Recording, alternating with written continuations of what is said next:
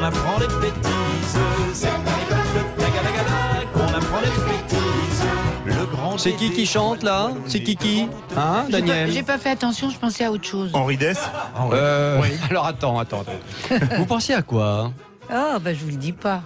Oh mais calmez-vous, depuis tout à l'heure ils sont insupportables, des garnements. Ah oui. Ouais. Bah, c'est normal, on parle de l'école, alors on se retrouve dans l'ambiance. Ah oui, dans l'ambiance. Bah, là. d'ailleurs, j'ai une question à vous Vous poser. aimiez l'école, vous? Oui, beaucoup. Ah c'est vrai? Ouais, j'adorais les études, moi, mais je voulais être prof, hein. Ah oui, c'est vrai, oui, avant Moi, c'est d'être le show destin. business. C'est le d'allemand. Oui, prof d'allemand à la fac avec un papa déporté, qui Ah avait ouais. été déporté pour résistance. Hein. Ah non, mais j'adore les études, moi. Bah Qu'est-ce que voilà. vous voulez que je vous dise Bah, elle a terminé, je vais y arriver. Je suis pas allé à l'école, moi. Elle a terminé animatrice télé, hein, voilà. Non, mais le rapport entre la tragédie d'avoir eu un père déporté et le fait que vous enseignez l'allemand. Le fait d'aller en Allemagne et tout, c'est pour dire que les Gilbert d'accord. ne sont pas revanchards. Ah et ma ouais. maman était une réfugiée d'Alsace de la fac de Strasbourg. Alors en plus. là, c'est plus On bien. apprend plein de Mon père choses avait dans été cette par les émission. Allemands. Oh, c'est Je fou. vous apprends des choses. Les vraies voix sur Sud Radio avec nos seniors, Daniel Gilbert et Philippe Binger, voilà. Et avec le président nos dit nos aînés. Oui, et Oui, chacun avec son nos futurs truc, seniors, parce hein. qu'un jeune est un futur senior Et peut-être. deux jeunes coqs, Philippe David et moi-même. Ah, j'aurais Voilà. cru que vous étiez plutôt un chapon. Pas autant que vous. Pas autant que vous. Notre débat, c'est parti. Les écoles fermées, 60 000 établissements à l'arrêt pour éviter la propagation du virus, 12 millions d'élèves à la maison, fermeture des écoles, est-ce la galère? Oui, la galère pour les parents. 0826 300 300 et les réseaux sociaux, mon cher Philippe David. Eh bien, ça a un peu baissé. On était à 71% pour qui c'était la galère. On est passé à 70%, mon cher Christophe. Sud Radio, les vraies voix. Le débat est ouvert. Dès lundi et jusqu'à nouvel ordre, les crèches, les écoles, les collèges, les lycées et les universités seront fermés. Le président hier en direct sur Sud Radio, 22 millions record, hein. de téléspectateurs et vous étiez très nombreux avec nous évidemment hier soir sur Sud Radio pour ces annonces.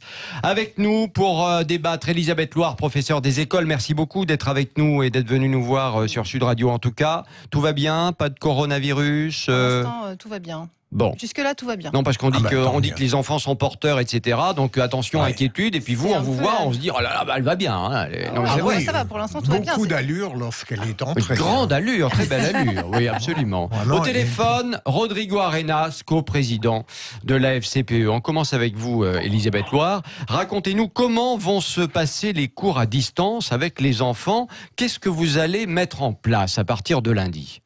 Alors, dans l'école dans laquelle je travaille, nous avons tout de suite... la première chose que nous avons faite ce matin, c'était de nous réunir avec le chef d'établissement et tous les enseignants pour essayer déjà de voir ce que proposaient les uns les autres et puis de communiquer rapidement avec les parents. J'allais dire d'une seule voix, non, parce que dans chaque classe, en fonction du niveau des élèves, en fonction de ce qui est déjà en cours ou pas, on est obligé d'adapter un petit peu...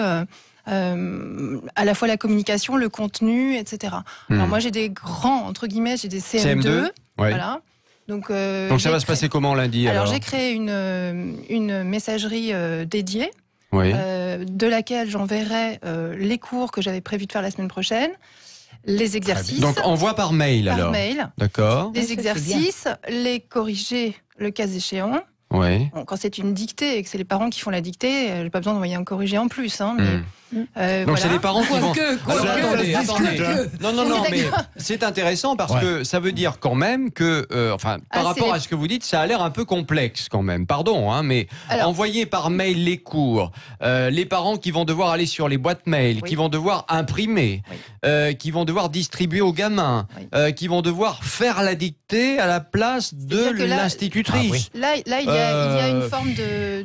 Bon, je ne sais pas comment qualifier c'est- ça, mais d'injustice entre des enfants qui sont de toute façon à la maison avec maman, je veux dire en général, hein, qui rentrent à la maison le soir et qui font les devoirs avec maman et qui sont habitués à ça, Oui. et des enfants qui sont, on va dire, accueillis le soir par une nounou, ou qui sont à l'étude.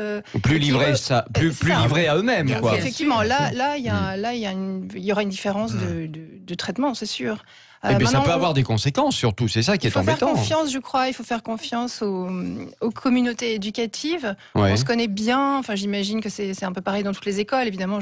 Alors, donc on a la première étape. Vous envoyez Oui. effectivement les devoirs. Les devoirs sont faits. Il faut vous les renvoyer. Donc on vous les renvoie Alors- par mail, il faut scanner, comment on fait? Parce Alors, que... il y a un certain nombre d'exercices qui sont autocorrectifs. Donc là, les enfants corrigent d'eux-mêmes, etc. Et moi, j'ai mis en place, mais chacune de mes collègues fait, je dis chacune parce que dans notre école, nous ne sommes que des femmes. Mais, Ah ben, on regrette de on- ne pas être un enfant. Ah oui, Et dans- très loin. On retournerait bien à l'école. Hein. dans ce contexte-là, moi, j'ai mis en place 2 matinées par semaine. Ce que j'ai appelé une hotline, Ouais. c'est-à-dire que les parents ou les enfants, s'ils sont autorisés à utiliser le téléphone de leurs parents, Ouais. peuvent me téléphoner pour, alors soit c'est par téléphone, soit c'est FaceTime, WhatsApp, peu importe, hein, on est tous équipés, pour poser des questions. Enfin, tous, pas partout en France. Hein. Ah, je parle de l'école dans laquelle Oui, je oui, travaille. non, mais d'accord, On mais- est d'accord, ça crée de toute façon des disparités. Je suis C'est ça. d'accord. Il y a des disparités selon les territoires, comme on le C'est sait, évident. malheureusement. C'est Et Donc, évident. alors, il c'est pose évident. des questions alors durant Alors, les pour 2 l'instant- jours. Pour l'instant, je n'ai pas, je ne Non, sais pas, mais je veux c'est ce dire- que je propose. Alors, Oui, d'accord. de toute façon, c'est pas destiné à durer une semaine. Je pense qu'au minimum, on en a jusqu'aux vacances les vacances de Paris, je crois que c'est le 4 avril. 4 avril, oui. Voilà. on Donc, parlait je d'une pense- quinzaine de jours, là, Oui. tout à l'heure, enfin ce D'accord. matin. Enfin, bon, moi, Avec j'ai le peu ministre. d'espoir de revoir mes élèves avant fin avril, on va dire.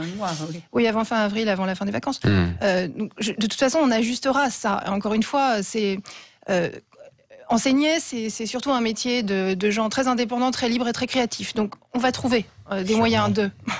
Ça fait partie de notre métier, en fait. Oui, Tous bien les jours, sûr, mais même c'est quand vrai il y que a ça pas- paraît compliqué, quoi, un petit peu quand même tout ça. Hein. Enfin, voilà, je pense que malheureusement, tous les enfants vont pas pouvoir être traités de la même manière, etc. Et c'est ça évident, mais qui ils ne le sont m'inquiète. pas de toute façon. Un peu. hein. Oui, C'était oui, déjà bien sûr, le bien cas sûr. avant. Enfin bon. C'est C'est ça. déjà le Oui, cas c'est avant. ça. Donc, Rodrigo Arenas au téléphone de la FCPE. Comment les parents appréhendent ces cours à domicile? Vous venez d'entendre à l'instant comment ça pourrait, le cas échéant, se passer là dans le cadre d'une école. Comment vous appréhendez les choses? Est-ce que ça vous inquiète?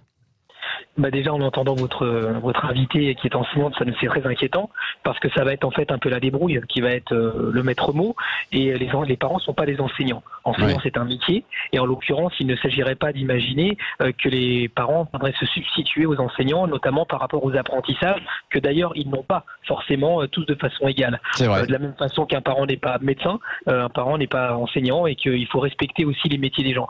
Maintenant, depuis le début, c'est un peu la débrouille et vous avez raison de le rappeler, il y a des vraies ruptures dans notre pays, notamment pas seulement à travers l'utilisation du numérique, aussi parce qu'il y a des zones blanches, il y a des bandes passantes Bien qui sont sûr. défaillantes dans certains Bien territoires, sûr. notamment dans la ruralité, mais aussi dans certains milieux urbains, et que inévitablement ça va être compliqué aussi en termes d'équipement. Par exemple, quand vous avez un ordinateur à la maison mais que vous avez plusieurs enfants, comment ça va se répartir, à quel tour de rôle. Vous voyez, ça va être un peu compliqué. Mais pour autant, nous attendions depuis le début de cette crise une parole forte de l'État. Elle est venue à travers le président de la République hier soir. C'est-à-dire qu'aujourd'hui, tout le monde est dans le même sens, malgré le fait que le ministre ait dit le contraire à la matinée, mais c'est pas le moment des polémiques. On aura le temps du bilan, on aura le temps de faire le point sur ce qui a marché, ce qui n'a pas marché.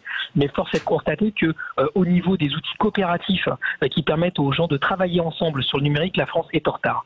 Voilà ce qui arrive. Et pourtant, on a entendu quand même le ministre de l'Éducation nationale nous dire qu'avec le CNED, le Centre national d'études à distance, on avait un champion en la matière et que ça allait fonctionner à fond les ballons. Il l'a dit il y a quelques jours. Bon. Oui, bien sûr, le ministre a raison par rapport au CNED, c'est un outil qui est très efficace, mais surtout pour l'enseignement individualisé. Par contre, pour l'enseignement collectif, là, il y a encore beaucoup de progrès à faire. D'ailleurs, les outils qui sont développés, y compris dans les classes, ne sont pas forcément faits pour travailler ensemble. Ils sont faits pour travailler dans un rapport direct entre l'enseignant et sa classe, mais d'un point de vue individuel. On manque aujourd'hui en France de travail coopératif, de savoir travailler ensemble, et c'est bien normal. D'ailleurs, les enseignants ne sont pas formés à cela. Et c'est bien l'enjeu qui est devant nous, parce que comme nous étions un peu au courant de ce qu'allait arriver. Pourquoi? Parce que la FCPE, comme vous le savez, est une fédération de 300 000 adhérents qui regroupe aussi les parents des Français de l'étranger. Et donc, on était au jour le jour informés de des mesures qui étaient prises dans d'autres pays. Et la France n'est pas en dehors du monde. D'ailleurs, Martinique, Guadeloupe, Réunion, Mayotte, où il n'y a même pas de savon, etc., on savait que ça allait arriver en France. Donc, on était déjà à peu près à développer un réseau de solidarité, à s'entraider entre nous, à prendre soin des enfants des autres, parce que, vous savez, pour être simple, pour faire République aujourd'hui, il faut être solidaire. Ouais. Et là, il faut que les parents soient aussi solidaires entre eux et ils s'entraident aussi, évidemment, pour à la fois garder les gamins, leur faire leurs devoirs, etc. C'est ça aussi qu'on attend, évidemment, de l'ensemble des parents. Et on sait que c'est pas facile parce que beaucoup travaillent. On va poursuivre notre débat dans un instant. Les écoles fermées à cause du coronavirus, 60 000 établissements à l'arrêt pour éviter la propagation du virus, 12 millions d'élèves à la maison, fermeture des écoles, est-ce la galère pour les parents? 0826 300 300, vous êtes concernés, vous êtes les bienvenus, on vous attend. Et puis bien sûr les réseaux sociaux, mon cher Philippe David. Eh bien ça monte et ça descend. 71, 70 et puis ça redescend à 70. Bon, eh bien écoutez, vous continuez de voter bien évidemment. À tout de suite dans Les Vraies Voix sur Sud Radio.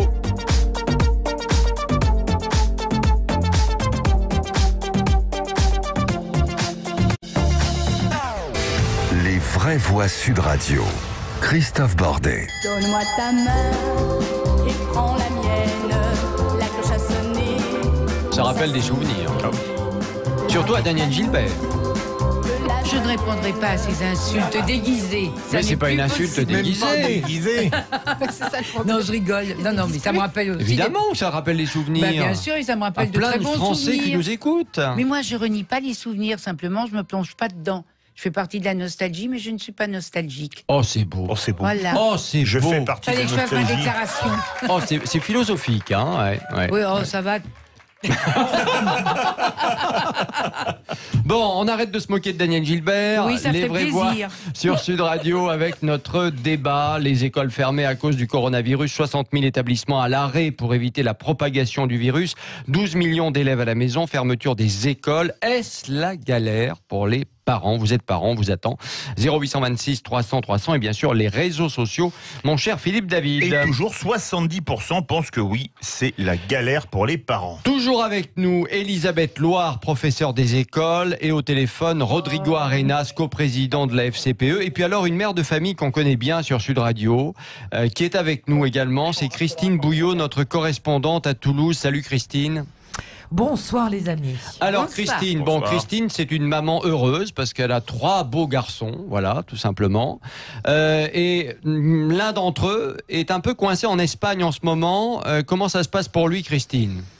Alors pour tout vous dire, on a eu cet après-midi, nous parents, parce qu'il n'est pas le seul étudiant français à être en Espagne aujourd'hui, oui. à faire ses études évidemment. Ils sont très nombreux, hein, évidemment. Et on a eu un coup au cœur quand on a effectivement reçu l'alerte que l'Espagne allait décréter demain l'état d'urgence pour une durée d'au moins 15 jours. Ah oui. Ce qui veut dire quand même, hein, parce que ce sont des décisions qui sont très dures, eh bien que à partir de demain, le gouvernement central de Madrid, dirigé par Pedro Sanchez, eh bien aura désormais les pleins pouvoirs, puisque vous savez, il y a 22 régions autonomes en Espagne.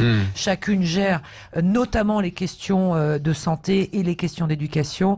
Et à partir de demain, c'est le pouvoir central qui va absolument tout coordonner, puisque l'Espagne détient le record d'Europe de décès dus au coronavirus. Il y en a combien? On a des chiffres? Plus de 168 personnes qui sont décédées, plus de 4000 cas détectés, et le chef du gouvernement espagnol qui a donc averti la population que la semaine prochaine, le pays devrait dépasser les 10 000 cas.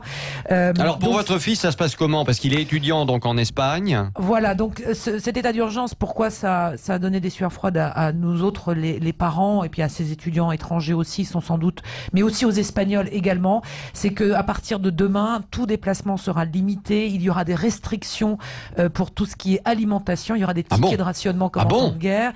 Le gouvernement va pouvoir aussi décider de la fermeture, y compris d'entreprises, de tout lieu dans lesquels les gens pourraient être amenés à se regrouper. C'est une décision rarissime, hein, qui a été prise par le gouvernement espagnol. C'est plus dur, oui. Et il demande tout simplement aux personnes âgées, personnes fragiles, de ne pas sortir de chez elles. C'est ce qu'il a répété plusieurs fois. Il demande aussi à la jeunesse espagnole, parce que effectivement l'Espagne c'est compliqué, parce que les gens vivent dehors. Mais les jeunes font la fête dehors le soir. Hein. On l'a tous fait. On y est allé. Vous y êtes allé, j'imagine, un jour dans votre vie. Bah oui, on y est tous allés.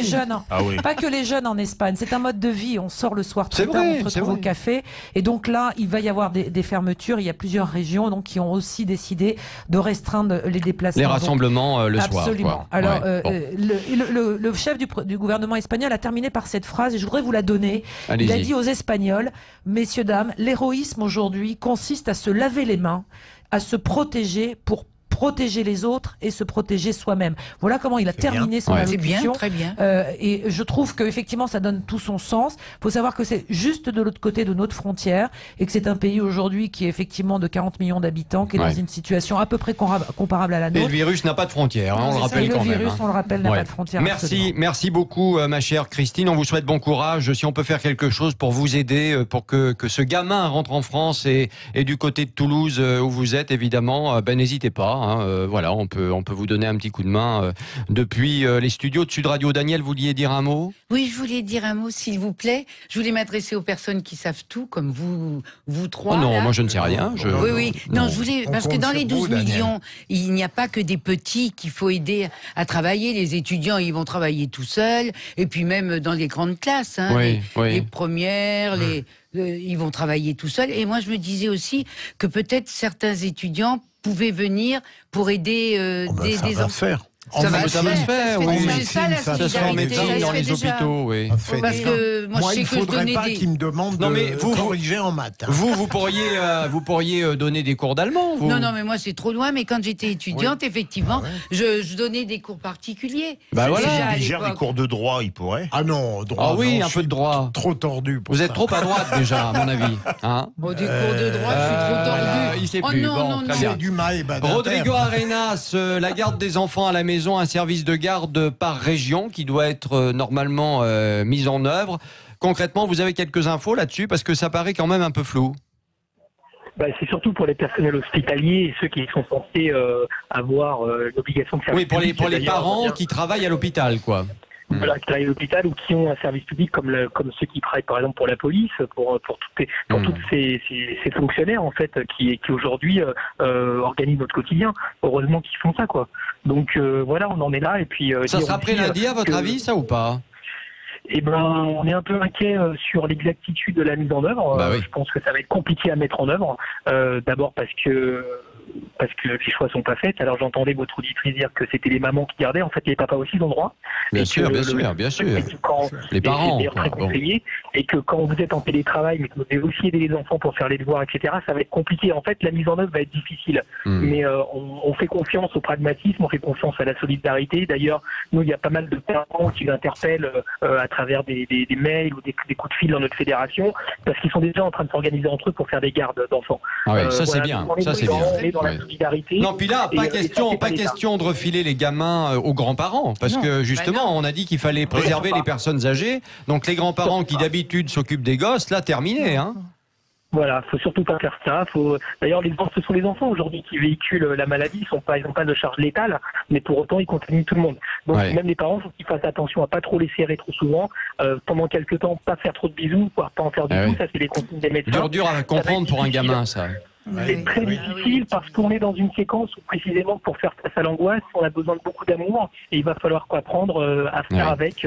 Voilà, ça va être très difficile pour tout le monde, pour les enfants en premier parce qu'ils n'ont pas forcément les armes pour pouvoir comprendre ça. Évidemment. On va être très bienveillants. Philippe Binger, je crois que vous avez des petits-enfants, vous avez eu des remontées du terrain, si je puis dire. Qu'est-ce qu'ils vous disent Mais disons, mon épouse devra les voir nettement moins et au fond... Mais pourtant, elle est jeune. Non, parce que vous nous disiez tout à l'heure que vous aviez une petite fille qui était très triste de ne pas aller à l'école. C'est la fille d'un ami qui est désespérée. Elle a 10 ans. Elle pleure depuis ce matin parce qu'elle ne va plus aller à l'école. Il y en a certains qui Vous avez des élèves qui pleurent, Elisabeth? Ce matin, j'ai eu des élèves qui étaient... plein d'élèves qui n'étaient pas contents du tout et des enfants en partant là qui pleuraient, oui. Ah oui. Bien sûr. Ah oui, non, mais...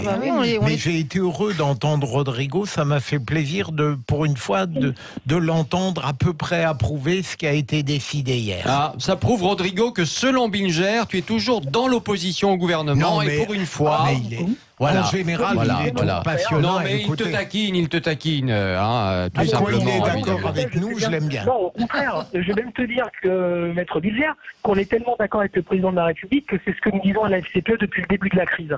Donc on est parfaitement en face sur le fait qu'aujourd'hui, il faut que tout le monde se mette en solidarité, faire République, pour affronter ce que personne n'a jamais affronté dans notre pays, parce que c'est quelque chose de très nouveau. Et ça va profondément bousculer toutes nos relations, la culture française aussi, mais la faire avancer avancer, la faire évoluer. Et tous ceux qui préconisaient une sorte de repli sur soi, en fait, ont tout faux. Aujourd'hui, on a besoin d'être solidaire et d'être, y compris être amis avec les autres pays qui peuvent avoir des difficultés. En tout cas, on va voir effectivement si au niveau des parents ça fonctionne, et ça serait plutôt effectivement une bonne chose. Et il y a des initiatives, ça va marcher, je suis sûr. Elisabeth Loire, pour terminer rapidement, l'école à la maison, est-ce que ça va avoir des répercussions sur, j'ai envie de dire, les examens de fin d'année? Alors vous, c'est l'école primaire, mais votre sentiment, vous? Ça a déjà des répercussions sur les évaluations, là. C'est-à-dire que normalement, fin mars, on devait remettre des livrets. Ah oui. Bon, maintenant, c'est des livrets qui sont sur des serveurs internet. Enfin, peu importe, on les complète à l'ancienne quand même. Hein. Tout ça, c'est reporté. Alors bon, après, pour les examens, j'imagine au collège, voilà, il va falloir. Oui, mais ça va être un ensemble de choses. Peut-être réorganiser les épreuves, peut-être les reporter. Le ministre a dit pas question de reculer le bac. Bon, mais enfin, le bac en ce moment, c'était déjà le bazar avec le nouveau système. Donc voilà. Merci Elisabeth d'être venue nous voir dans Les Vraies Voix sur Sud Radio. On vous souhaite plein de bonnes choses avec les deux bouts de chou, évidemment, à la maison, et puis avec vos élèves, donc à distance. Oui, à distance, voilà. On va voir ce que ça va donner. Vous nous tiendrez au courant? La fin de semaine prochaine, on vous rappelle et vous nous dites comment ça se passe. D'accord. Merci Elisabeth, merci à Rodrigo Arenas également, la fin de ce débat. Fermeture des écoles à cause du coronavirus. Est-ce la galère pour les parents? Les réseaux sociaux. Philippe David, résultat final. Oui, toujours 70% de commentaires courts et amusants. Jackie qui dit une galère pour ne plus ramer. Et Jack Daniels qui nous dit ce sont les mères qui ont refusé que les pères et la garde qui font la tronche. Oui. Il y en a qui ont de l'humour quand même.